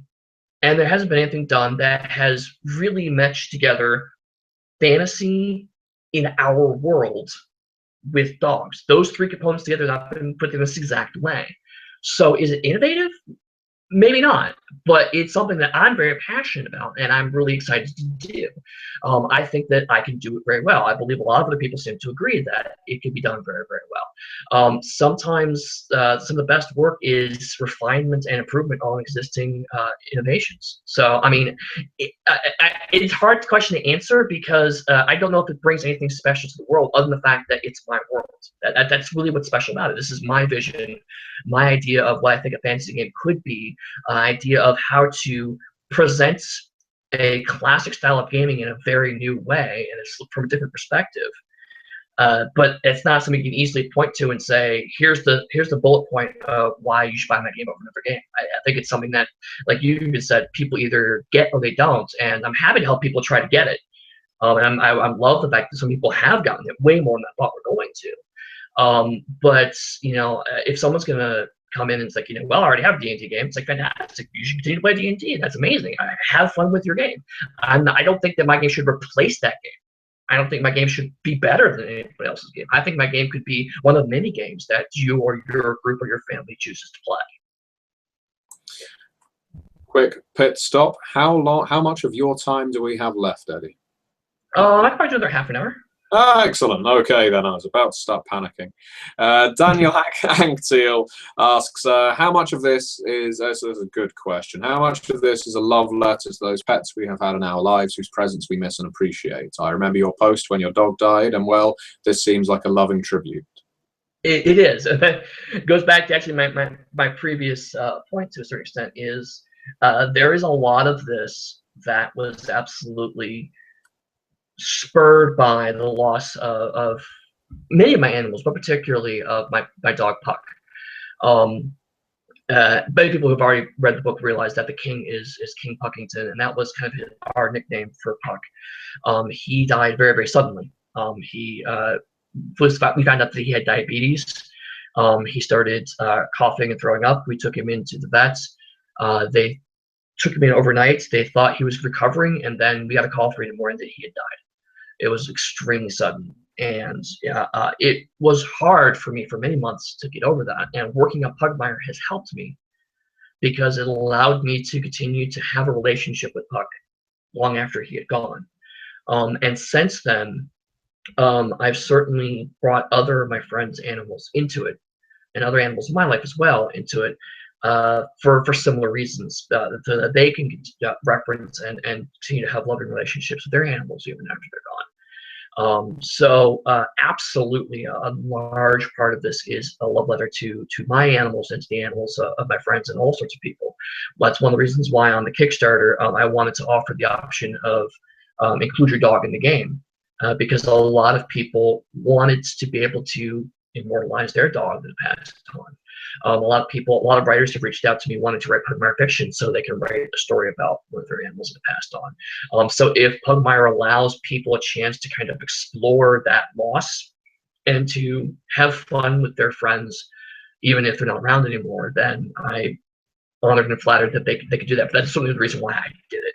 I didn't do this to make money. I did this because I really wanted to have an awesome game to help commemorate what the years that my friend got me through. Helsing507 asks, as you're such a large fan of Sherlock Holmes, would you possibly do a scenario for the game based around a Victorian era setting for Pugmire? I think the idea of Victorian era would be quite an interesting idea for an investigative and political setting. So this is funny because I did try to do that, and Rich Thomas actually talked me out of it. One of the side pieces of this is that on paper, my company Pucksteady, this is my game. It's my name on it. It's definitely my billing. And Onyx Path is the partner I'm using to make the RPG specifically for it. But in reality, right now it's a pretty heavy creative partnership between me and Rich. He defers to me. Ultimately, it's my call. It's still my game. But we have lots and lots of conversations about various parts of the world. It starts off from an artistic perspective, like how do their legs bend, and what can I draw on their bodies, and where does that come from, and how do they get to that stage? But we've had a lot of conversations, and at one point in time, it was like I wanted to have kind of a Victorian era. I'll have a Sherlock Hound, and different name because there's a cartoon based on that. But, we can do this. We can totally do this thing. And he pointed out correctly that the game loses focus, the world loses focus if you start doing that. At its core, it needs to be this kind of believable, consistent medieval fantasy world. So in the back of my head, I kind of shuffled to the side, and maybe we'll do a future version where it explores that. But one side benefit of that is that it helped me to kind of flesh out the city guard and the inquisitors. And I've actually managed to stealth in a bit of a police procedural feel to some of how that gets organized, because you have the city guard, which are basically your, lack of a better term, blue collar dogs that are basically there to kind of help the city and just protect it from very rudimentary crime. Then you have the Inquisitors from the Church of Man who come in to investigate deeper things, and they work kind of together, but certainly there's a line between the Inquisitors and the Guards dogs. And the Inquisitors are kind of analogous to the detectives. They actually have, Inquisitor Constable, Inquisitor General, Inquisitor Sergeant. So there's some interesting tension and police procedural drama that could occur in that particular space. So I can't get Sherlock Holmes specifically, but that being said, I think the idea of a consulting dog in that environment is now potentially possible. Josh Holes asks, in the brochure on Drive-Thru RPG, there is a spot where it talks about the cat's necromantic studies and forbidden arts. Can you go into a little more detail on what a forbidden art is and what makes it forbidden? I'm not going to go into a lot of detail, partially because I want to keep a lot of specific information about the monarchies close to my chest, and partially because I haven't completely fleshed it out yet. But that being said, that material is all written from Yosha Pug's perspective, and so therefore it's from the dog's perspective. So what they consider to be forbidden arts may not necessarily be what the cats believe to be forbidden arts. And that was intentional. I wanted to put that information in voice so that way people can decide their games if that is fudged a little bit, and also I can present a different perspective for the monarchies of Mao, and neither side is objectively true. I'm not saying this is how it is. But what the dogs consider necromancy is not necessarily as we perceive necromancy. The idea is that cats do play with dead things, and the dogs understand that, and they're a little concerned about that, because if you spend your entire culture worshiping gods that are dead, and then there's a race of people that can potentially bring back the dead, that's an ecclesiastical crisis of faith. And so they're terrified of necromancy from that perspective to a certain extent. So it may not be from the monarchy's perspective forbidden or evil or even objectively bad. But as far as why that is or how that is, that's something I'm keeping right now close to myself. Amy Terwilliger asks, and I like this question a lot, can you give an example of something the dogs misinterpreted from the Lost Humans rules for society? So they have their code of man that resembles mankind's rules for dogs. What have they misinterpreted? And something that's an unintended consequence from our perspective on dogs as pets. The biggest one probably is the tenet of obey the master. One of the elements of the Code of Man that actually does not give a lot of play is that the dogs believe that there is a hierarchical society. This is a bit of a nod back to that kind of pack mentality, which sense that the other is an alpha dog and there are other dogs underneath of them. And so certain dogs have looked at things like, well, humanity trained us to do certain things, and we were told to defer to humanity, and we were humanity's friend. So obviously, obey the master is something that man and the old ones wanted us to do, but it's not entirely true. What it really is a little bit of dog, by the term dogma, of seeping into the Code of Man. They're looking at, they're a little bit cherry picking in terms of bits and pieces of humanity's relationship with dogs and going, oh, well, obviously we should respect the master. We should respect those that are above us. So that's one element of it. There are also other individual anecdotes, like in the very first short story I wrote called Winter of Man, which is actually published in Sojourn Volume 2 anthology if people want to pick it up. But in there, they are going off to a weather tower. This is a tower that one of the necromancer cats has taken over. And at the top of it, there's this large dish, a satellite dish, and it's described as this giant dish. It's made of metal and it's sitting at top. And Yosha explains, like, this is one of the dishes that man made, and one of the other dogs says, "Oh, man must have been huge to eat dishes that large." And it was meant to be a joke, but it is kind of evocative of the kinds of things that they don't see. It's like, they see pictures of man and dog. It's like, dogs are about yay big in the picture, and man's about yay big in the picture. So obviously man was bigger than us, not realizing that when in the uplifting, they've also been made larger. So they're roughly human size and height now, but all the pictures are man is taller than us. So obviously man is like 10, 15 feet tall. Those are the kinds of things that they can start because they have the beginning point and they have the end point, but they sometimes are missing the middle. JRab09 asks a bit of a grim question. How does the world view cannibalism, given that can you eat your own kin who walk on 2 feet, or is it only okay to eat those who still walk around on all fours? Generally speaking, it is you only eat animals that walk on 4 legs. Those animals that man has not allowed to become uplifted. And basically, again, the kind of implicit idea, the implicit speciesism is that if man thought it was good enough to uplift you and to make you closer to them, then you're not worth eating. There are more clear lines, like dogs do not eat canines, for example, in much the same way that we generally do not eat apes. But there are different kinds of animals that man never, as far as they know, never saw fit to uplift, like cows and horses. We've not seen very many examples of those being uplifted. So obviously man thought they were worth just eating and using as beasts of burden, because if it's good enough for man, it's good enough for us. So that's kind of where the lines are going. The closer it's to a cat or a dog, the less likely they are to be eaten. Full circle stories. I won't ask this question because we already have, but I will point it out because it's quite touching that after losing his dog of 16 years recently, he feels compelled to make a character in his honor. Well, you know, I definitely go ahead. That is certainly one of the elements of this game. Absolutely. But in terms of questions, this one's a Sherlock question, so a little tangent. Aside from the original books, what do you think is hands down the best piece of Sherlock media? You can self-promote here. I could, but that would be disingenuous, because it's really there are. It depends on where you're coming from, but I mean, in terms of books, I feel like Caleb Carr's The Italian Secretary is probably one of the better pastiches that have ever been written for Sherlock Holmes. And there's a long list, and certainly my opinion on this changes from month to month and sometimes week to week.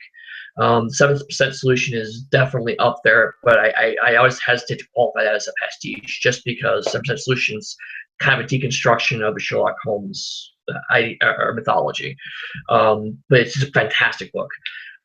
In terms of television, it's really tough because there's a lot of good Sherlock Holmes TV out there and films out there.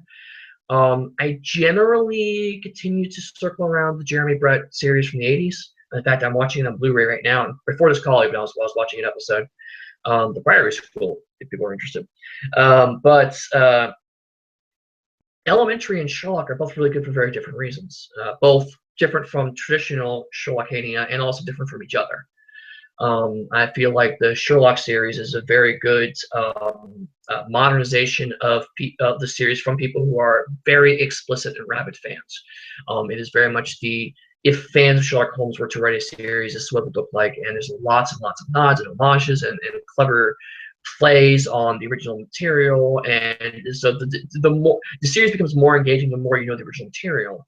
Whereas Elementary, which is the show that I was prepared to hate, has really come to charm me, because I feel like in a lot of ways it is more evocative of the feel of the original stories.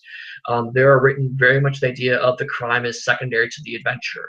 The focus is much more on the friendship between the two main characters, and the subsequent cast is a lot more about the personalities and the conflicts with the learning about Sherlock. So the idea of this is a modern interpretation of writing regular short stories for a serialized magazine, it's closer to the aesthetic and the general vibe of Doyle's original writing. But the Sherlock BBC series is much more of the way we look at the canon now, in the sense of this being this deep, very influential mythology that has been generating fans for 125 years.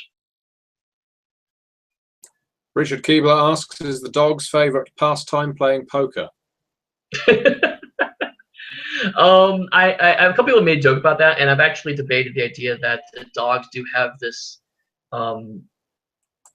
playing cards is somehow sacred to them, but I haven't fully fleshed out that idea in my head yet. But I certainly, with so many dogs playing poker references, I feel like the dogs would look at that and go, this is something man clearly wanted us to do.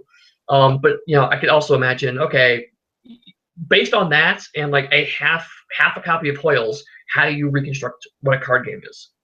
And what does that look like? And that's the piece I haven't quite figured out in my head yet. Julian Dale asks a question that I'm going to answer Okay. because it's something I wrote. What happened to Enzo Giovanni from the board of directors? Well, Enzo Giovanni disappeared from his office somewhere in the 90s, and all that was left was a pile of ash. One would therefore naturally assume that he had been destroyed, probably by monkey wrenches.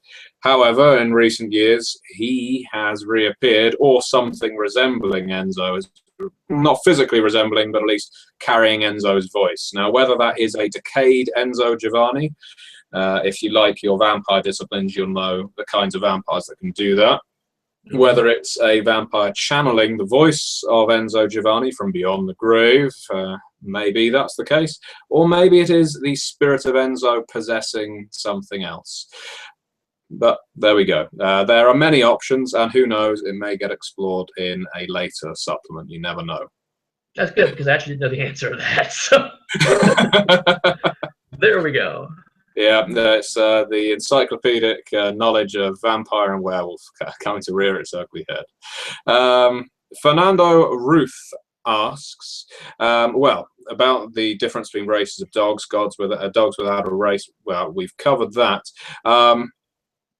Is it going to be, I know this is a very general question, is it going to be like the World of Darkness? So, for instance, where there are books for playing dogs, others for cats, others for rats, and so on. Is that your intention, that there will essentially be a source book for each and every race that's mentioned in the core? I could say that's the intention for now. I feel like there's a lot of material for dogs, a lot of material for cats, enough to make them both distinct games. Right now, and this is very far in the future, but right now, if I were to look at the races, I'd probably do something closer to like the Changing Breeds book, which is, here's a big book that you can add to either Pugmire or Monarchy's Amount to play all to the races. It's nice, deep chapters in each of them, but not enough for a full game. If over time, if by the time I get Pugmire done, and if we do Monarchy's Amount, if I get that done, if I feel like there's just a ton of material for rats or for badgers or whatever, then I may do a completely new game for them. And if I think the market's there for it, I'll think do a completely new game for them. But really, in my head, at the point, I think like it's Pugmire and Monarchy's Amount are kind of the big two pieces of the world, and I want to continue to focus on them and spell those out. Because also, I mean, I've owned rats. In fact, I had a little rat named Bun Bun who chewed on the cover of my very first published credit. So I had my very first book, and then I found this big hole in it that was devastating to me. But so I mean, like, you know, I've had rats, I've had fish, so I've had other pets, and you know, it's fun to explore those as well. But I think it's fair to say that dogs and cats have a very special place in our collective hearts as a culture, and as humans. So focusing on them and giving them the spotlight, I don't feel is too disingenuous. I feel like having a cat game, a dog game makes a lot of sense, and then for the other components, you know, having those as add-ons. I don't see at the moment a compellingly different style of gameplay for those races. But again, things may change. I may have a different opinion in a year or two. Matthew Kirshenblatt, you've asked some fantastic questions, all of which have been answered except for your Sherlock one. What do you think of Neil Gaiman's short story, A Study in Emerald? Oh, Study in Emerald is wonderful. I loved it, especially because the twist at the end, which I will not reveal, but the twist at the end is very much a reward to people who are more moderate fans of. I mean, you don't have to be a deep fan of it, but just have to be somewhat knowledgeable of the canon to appreciate the final twist. And the fact that it was so, it tied so well to the cadence and the flow of The Study in Scarlet's, while subverting that very structure and flow. There's a lot of very subtle and interesting things happening to it, and the more you know about the canon, the more and more you start to appreciate some of those subtle nods that maybe a casual reader wouldn't get. So I think it's a fantastic short story. It's definitely, I wouldn't call it pastiche because it's very much doing a different thing. It's very explicitly a kind of a science fantasy take on Sherlock Holmes. But I mean, it is the thing I think about when people are like, you know, oh my God, people are adding Cthulhu to everything. And it's like, there's a fair amount of that. There's a fair amount of, you know, add Cthulhu to something and you have a completely new property that's a little lazy, but that I thought was one example of where if you add the fluid mythos to something, it actually enriches and deepens the original materials well. And I think both sides ultimately benefit from a story like A Study in Emerald. So I think there's a lot of cool stuff going on in that story. 8-Bit Hazard asks, how much do dogs understand about their origin? Do they have any idea about their domestic past and evolution, or do they think entirely in terms of myth and religious dogma? They don't have any concrete evidence. It's generally myth. They believe that, you know, they picked up bits like man's best friend. It's like, you know, we were man's best friends, and we failed them. You know, they're gone now. So we did something wrong. So maybe if we try to be more like man want us to be, maybe they will come back. That's kind of the core tension in the Church of Man, was that we were bad dogs. We don't know what we did, but we were bad dogs. Now we need to be good dogs so man won't come back because they're angry at us. So there's and one of the things that I talk about a little bit, not in the book, but I've talked in other places, is that the Church of Man is certainly emulated off of Christianity and Catholicism, and specifically the guilt that comes with some of the conflict in those faiths. And so, while it's not a direct lift from those religions, certainly the pantheism has monotheism, and a lot of the you need to be good because something bad will happen to you. A lot of those flavors and tones do permeate through the church, and that is intentional by design. So from that, the church has bits and pieces of text, but they also realize that a lot of stuff they have is contradictory. So they're trying to reconcile hundreds of years, thousands of years of fragmentary information that humanity's put together, and trying to come up with something consistent out of it. So they have evidence of this because it's obvious that they have evidence of this. I mean, man and dog had a relationship. We were more like canines, and now we are not. That thing did happen, but exactly how it happened, exactly what that relationship was, they don't have anything they can point to and say, this is the absolute truth, because there's another piece of information that probably contradicts it. There are certain families of dogs also that have different relationships based on this. Like, for example, Staffordshires are really down on the whole code of man, word of man thing, because from their perspective, there's a bunch of chunks of code of man that said that the Staffordshires were bad. They were bad dogs. Pit bulls were bad. They were killed for being pit bulls. They were dulled as pit bulls. And so the Staffordshire family isn't really keen on any kind of literal evidence from the word of man. They would much rather shove that into much more of a theological concept. And they aggressively try to become a noble house, specifically so it can have a little bit of leverage over the church to try to push that agenda. So not all dog families are on the same page in terms of this. So there's a bit of the politics that comes when you have a religious concept that becomes also a certain part of the governance. There's going to be some less than faithful adherence to the creed. But again, this is all stuff that players may or may not want to dig into based on their particular perspective.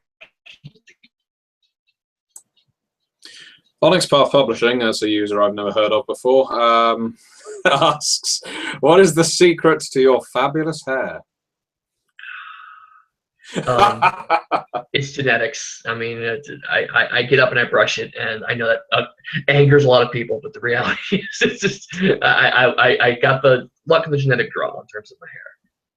Ian Warner says, Pugmire sounds like a pretty wacky creation, even by our standards of the hobby.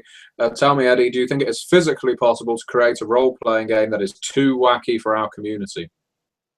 Absolutely. But I also don't think Pugmire is all that wacky. I think that it is lighthearted. But certainly I feel like there are games that are explicitly funny and as a result break down over long periods of play. Toon is a fantastic example. I really adored Toon back in the day by Steve Jackson Games. I used to love playing it at conventions. It's a great game for, hey, I'll play for an hour or two with my friends because nothing else going on. But the idea of a campaign of Toon is almost ludicrous to even conceive. Some people have tried it, and some people have done it, but it does require a fair amount of rewriting the game to make it work. And ultimately, that rewriting brings it down from that wacky level to a certain amount. Paranoia is just on the cusp. Paranoia is also satire. In some way, Pugmire is not quite satire, but it's closer to satire than anything else, I think. Paranoia is explicitly satire. But sometimes the satire does get so wacky that sometimes earlier versions of the game were almost unsustainable. Recent reevaluations like XP, and there's a new one I believe being made, have made stronger strides to make it much more sustainable as a game, which I think is awesome. And also to dial that up and down into a much darker or a much lighter version of the game if you want to. So I feel like that Paranoia has understood where it came from and has tried to address some of those concerns. But certainly I feel like there are games that if you try to play them in a traditional RPG style, which is you have a extended campaign, you play it for a long period of time, yeah, wacky games tend to break down. And that's one of the reasons why I've written Pugmire in a way to be that if you wanted to do a lighthearted like you did with your con game, you know, one shot one con game. You know, I'm playing a magic user who's also a Pomeranian. Fantastic, you can do that, and the game allows for that.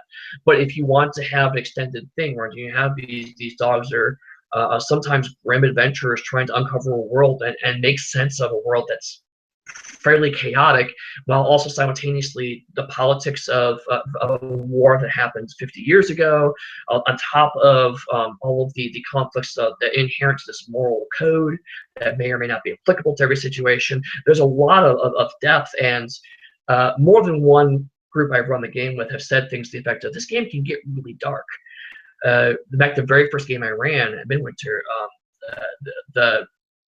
one of the persons that came away from it, players came away from it, was like, yeah, this is dark as hell, because it was a very, very bitter fight near the end, and a lot of the character of the dogs they're playing came out from that last fight, and the choices they had to make, and so it's like it can scale down to that. So yes, it's a game that can be wacky, but I reject the notion that it is a wacky game inherently, because by saying it's a wacky game, that implies it is not capable of level of depth that I know the game can be. Okay, there's actually only 2 questions left on the original YouTube video that I want to ask, so we're doing pretty well. We've gone over time, but I think we might be able to ask some questions that have been submitted today as well, if you're up for that. Sure, we can do a little more, yeah. Okay. Neil Shaw asks, if creatures such as dogs, cats, and pigs, etc., have inherited the Earth, then what are the undomesticated species such as wolves, lions, and boars, etc.? Are these creatures the unwashed barbarians of your world, hidden in the dark edges of civilization, staring at its walls with envious eyes? That's a very colorful and interesting analogy, but the reality is they're just animals. If they have not, because one of the things that in the backstory, it's not spelled out, but is referenced, is the fact that man uplifted animals they thought would give them something. You uplift police dogs because, you know, hey, if your police dog can give testimony, that's great. Or, you know, if you can uplift a dog to act as a soldier, that's actually beneficial. That adds something. Or the commercial sector, do you uplift pets because people want to have a conversation with the little Wickums? There's a lot of reasons why those animals are uplifted. A person may have uplifted a lion, and that lion may still be around, but that's more, now we're moving into the monster area. So another reason why I don't think wolves uplift is because there's not a societal reason or a compelling financial reason for man to uplift a wolf, except for, can I do it? Yeah, I can do that. And so there's certainly possibilities for those, but those again move into the one-off areas. But certainly I think that if we had technology to uplift dogs, we would have a lot of that happening for a variety of reasons. We had ability to uplift cats, we have a lot of that happening for a variety of reasons. So when we're talking about a species in terms of a nation or a culture, in my head, they have to have been uplifted for a reason historically for man to have done that, for a couple of reasons besides I could do it. So yeah, a lot of those animals, they're just still animals, or maybe there's a couple of examples where they're uplifted, but they're gone crazy after having lived for 1,000 years, or they're breeding in the dark somewhere. But again, they're not a race; they're just a handful of twisted creatures that have become horribly disfigured and corrupted over the course of genetic misuse from thousands of generations. Hercules1, there's the last YouTube question, asks a question you've no doubt been asked many times before regarding Sherlock Holmes. And this is usually the question I ask a guest: which clan are you? What is your favorite Sherlock Holmes story? The Blue Carbuncle. I mean, it's funny because no one ever says that one. But there's 2 reasons why. One is I think it's a fantastic example of a Sherlock Holmes story that's a holiday story. It's the Christmas special of Sherlock Holmes canon, but it's actually a good story in its own right. But also because that story has Sherlock Holmes in his best. He deduces everything about his visitor from a hat. He completely bamboozles a guy by faking him into a ill-advised bet. He finds someone who stole a gem and then ultimately lets them go because the guy was just in a bad position. These are all the traits that Sherlock Holmes, I think, exemplifies, and the Blue Carbuncle shows all of them at good value.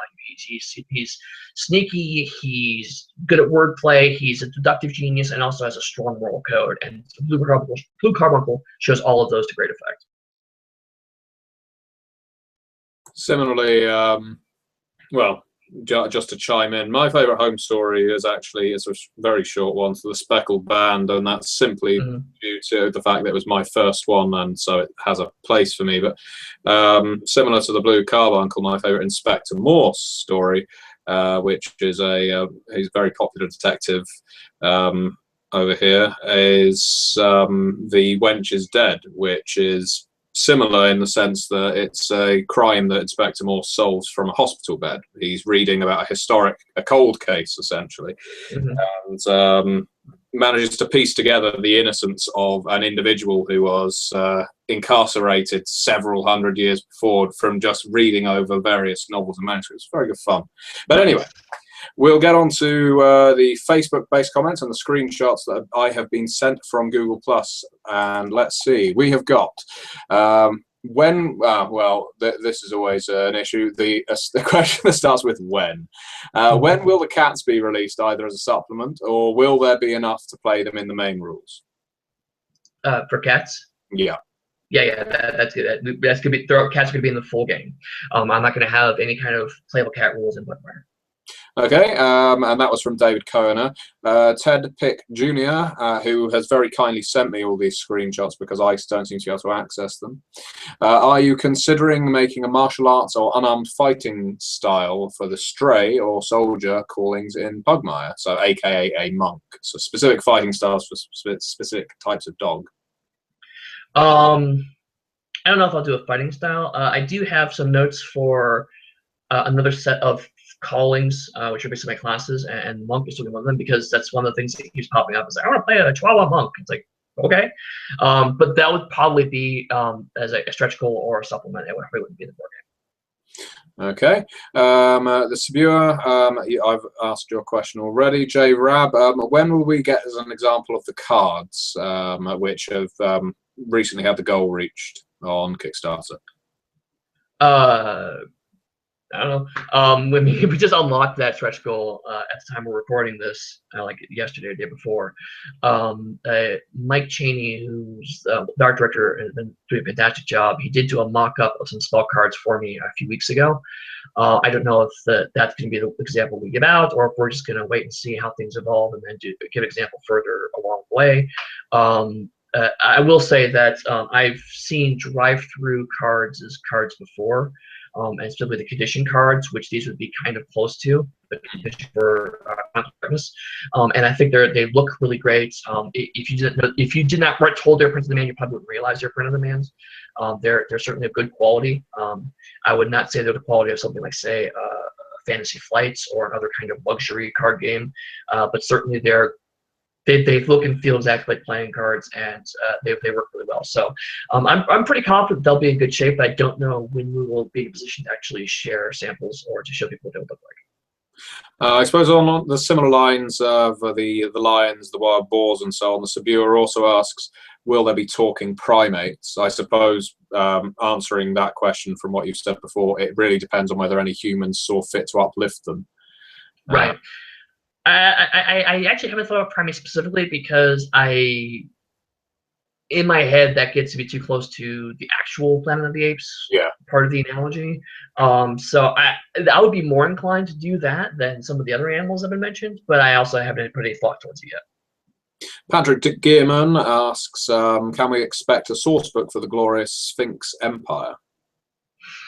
People love their cats, don't they? Yes. Well, and also in this case, he's trolling me specifically because he, for some reason, thought that the monarchies of Mal were called the Sphinx Empire, and this became like a week-long thing until I finally explained that. That said, he's kicked around a couple of ideas for the Sphinx Empire being kind of in the cat's history. As like, you know, they originally had a civilization before this one that was the Sphinx Empire, and it's something that I'm vaguely considering, but I have to focus on. I have to get the cat game together first before I can think about that. Acob Jum asks, what are your favourite characters which you have created for Pugmire, NPC and or PC? I haven't made any PCs yet. Your game will be the first time I made a PC. Well, I take it back. I take it back. I made pre-gen characters for other people, but I don't know if that really counts. But oh, there's so many good characters I've made. I think probably one of my favorites is Princess Yoshipug. She's I like her because she's inquisitive. She's a little naive, but she tries very hard to be good. And the her desire to make everyone else also be a good dog and do what she can to help them be good dogs is just infectious. I enjoy writing her. I think she has a great voice. I think she's great to put with some other dogs because of her naivety, other dogs naturally try to educate her and keep her safe. And that leads to some interesting tensions because she is a magic user in her own right and very smart dog and very powerful dog in some respects. And so it leads to interesting kind of conflict of tensions because people believe she's protected when in actuality she's very well capable of protecting herself.